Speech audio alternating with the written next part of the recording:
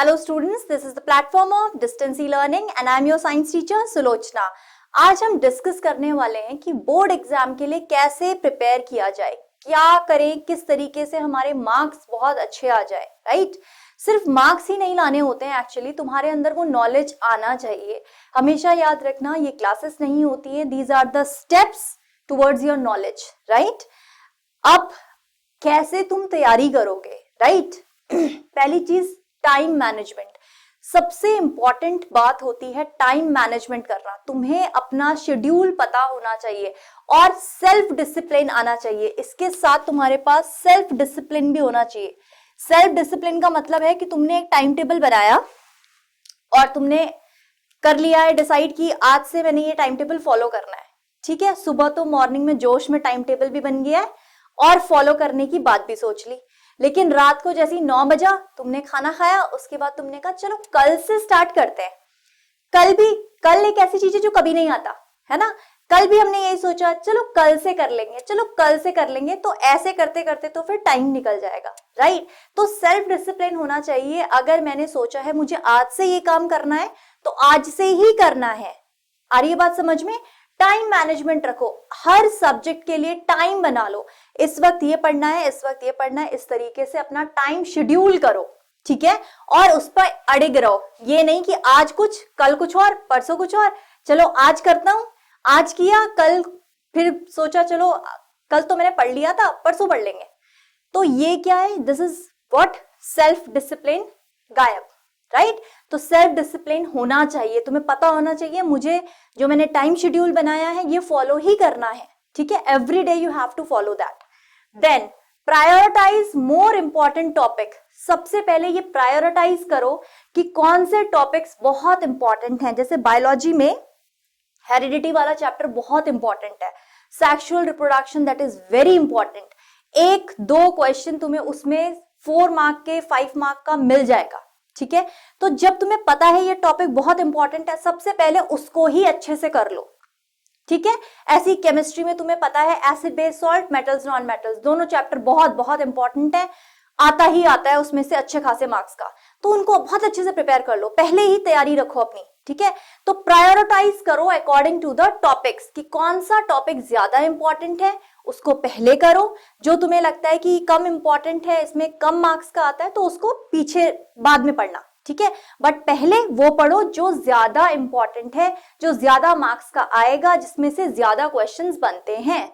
ठीक, अच्छा, take proper sleep. अब ये नहीं होना चाहिए कि तुम्हारी स्लीप ही पूरी नहीं हो रही है, मतलब तुम सोच रहे हो कि बस पहाड़ तोड़ेंगे हम, रात को 12 बजे और सुबह 4 बजे उठेंगे, 4 आवर्स की नींद ले रहे हो, तो उसमें क्या होगा, यू विल गेट सिक। हफ्ता 2 हफ्ता तुम अपने इसमें रहोगे, उसके बाद बीमार पड़ना शुरू हो जाओगे, क्योंकि तुम्हारी बॉडी को भी रेस्ट चाहिए होता है। Even your brain needs rest, और ब्रेन तो तुम्हारा प्रॉपर रेस्ट तब भी नहीं कर पाता जब तुम सोते हो, है ना। उस वक्त भी वो पूरी तरह से ऐसा नहीं है कि वो बिल्कुल ही अनकॉन्शियस हो गया है, काम तो वो तब भी कर रहा है, लेकिन रेगुलर तुम जब बैठे हो काम कर रहे हो उससे थोड़ा सा रिलैक्स उसे मिलता है। तो लेट द ब्रेन रिलैक्स। अगर तुम उसको बहुत ज्यादा टायर्ड कर दोगे तो फिर जब बैठोगे पढ़ने तुम्हारी लर्निंग ही नहीं हो पाएगी, तुम पढ़ते चले जाओगे लेकिन यहाँ कुछ स्टेबल हो ही नहीं पाएगा। ठीक है, तो 7 to 8 आवर्स की sleep that is very very important, you should take that sleep. Right, then keep revising the topic you finished. एक टॉपिक फिनिश किया, उसके बाद ये नहीं होना चाहिए कि मेरा एक टॉपिक फिनिश हो गया, जैसे तुमने मेटल्स नॉन मेटल्स कंप्लीट कर लिया, अब ये नहीं होना चाहिए कि मेटल्स नॉन मेटल्स तो कंप्लीट हो गया, अब आगे बढ़ते जाओ, पीछे रिवाइज ही नहीं हो रहा है, छोड़ते जा रहे हो। तो ऐसा करोगे तो वो तो फिर से पढ़ने के लिए हो जाएगा तुम्हें। ठीक है, अब जैसे मैंने आज मेटल्स नॉन मेटल्स तैयार कर लिया, ठीक है, मैं आगे पढ़ती जा रही हूँ, 3 डेज के बाद मैं वापस उसको रिवाइज कर लूंगी, एक रिविजन मार लूंगी, उसको एक रीडिंग भी करोगे तुम्हें समझ में आ जाएगा, क्योंकि तुमने ऑलरेडी पढ़ रखा है वो चैप्टर। 3 डेज 4 डेज के पहले मैंने उसे 3 डेज के बाद रिवाइज किया। ठीक, उसके बाद मैंने उसको 6 डेज के बाद रिवाइज किया, उसके बाद मैं सेम चीज को 10 डेज के बाद रिवाइज कर रही हूँ, उसके बाद मैं 15 डेज 20 डेज के बाद उसको एक रीडिंग मार रही हूँ। तो ऐसे क्या होगा, वो स्टेबल हो जाएगा, तुम भूलोगे नहीं उसको। ऐसा नहीं होना चाहिए कि तुम आगे आगे पढ़ते जा रहे हो, पीछे का रिवाइज ही नहीं कर रहे हो, तो पीछे रिवाइज नहीं करोगे वो फिर से तुम्हें पढ़ने को हो जाएगा। राइट, तो रिवाइजिंग करते जाना है, जितना टॉपिक्स तुम पढ़ रहे हो वो वापस रिवाइज भी होने चाहिए। Prepare your own notes, it's tables or learning. हमेशा नोट्स, तुम टीचर्स तो तुम्हें नोट्स देते ही हैं, बट उसके बाद जब हम खुद पढ़ते हैं ना, टीचर्स की नोट्स पढ़ो, बुक पढ़ो और उसके बाद अपने नोट्स बनाओ। जब हम अपने आप कोई चीज लिखते हैं वो स्टेबल होती है ब्रेन में।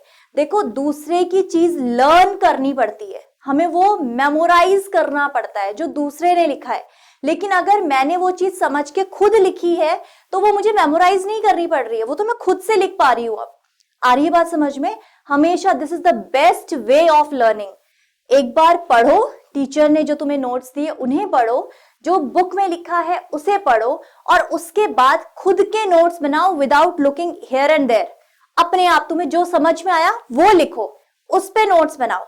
तुम्हें खुद से समझ में आएगा कि तुम्हें कितना चीजें समझ में आ रही हैं, राइट? और खुद के नोट्स तुम्हें लर्न नहीं करने पड़ते, सिर्फ एक रीडिंग मारोगे तुम्हें पता लग जाएगा मैंने क्या लिखा था। ठीक है? Solve previous year papers. जब तुमने चैप्टर कंप्लीट किया, जैसे तुमने मेटल्स नॉन मेटल्स कंप्लीट किया, तुमने चैप्टर 2 बार 3 बार रिवाइज कर लिया, उसके बाद प्रीवियस ईयर क्वेश्चंस करो कि प्रीवियस ईयर क्वेश्चंस कौन कौन से मेटल्स नॉन मेटल्स पे बने हैं, क्या तुम उनको कर पा रहे हो, कितना ट्रिकी पेपर बनता है। क्योंकि जब तक, देखो, हम जब पढ़ लेते हैं ना, उसके बाद जब एग्जाम में बैठ के तुम क्वेश्चन करते हो तो ऐसा नहीं होना चाहिए कि तुम्हें क्वेश्चन ही समझ नहीं आ रहा है ना?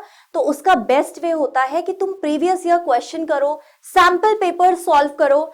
जब करोगे तो तुम्हारे को स्टेबल हो जाएगा। एक ही चीज को 3 टाइम्स 4 टाइम्स कितने भी तरीके से घुमा फिरा के पूछा जा सकता है। आंसर सेम होता है लेकिन उसको हम घुमा फिरा के कैसे भी पूछ सकते हैं, राइट? सो जब तुम प्रीवियस ईयर क्वेश्चन करोगे जो ऑलरेडी बोर्ड्स में आए हुए हैं, तुम सैंपल पेपर करोगे तो तुम्हें आइडिया हो जाएगा कि ये क्वेश्चन किस किस तरीके से पूछा जा सकता है, right? So these are my tips for you all, जिनमें सबसे इंपॉर्टेंट 2 टिप्स हैं। एक चीज, तुम्हें फर्स्ट पॉइंट टाइम मैनेजमेंट और सेल्फ डिसिप्लिन होना चाहिए। अदरवाइज क्या होगा कि तुम्हारे 2 महीने 3 महीने ऐसे निकल जाएंगे, बोर्ड एग्जाम फरवरी आ जाएगा और तुम सीधे बोर्ड एग्जाम के लिए रेडी हो रहे होगे, राइट? सो हमेशा याद रखना, self discipline is very very important. अभी बहुत टाइम है, तुम आराम से बहुत अच्छे से चीजें पढ़ सकते हो। और दूसरी चीज, keep on revising, prioritise your topics, topic wise चीजें पढ़ो और उनको रिवाइज भी करते रहो, प्रीवियस ईयर पेपर सॉल्व करते रहो। So I know you all will be able to achieve 100%, कोई मार्क्स डिडक्शन के बिना। ठीक है? I hope you like the session and please do comment and subscribe our channel. Thank you.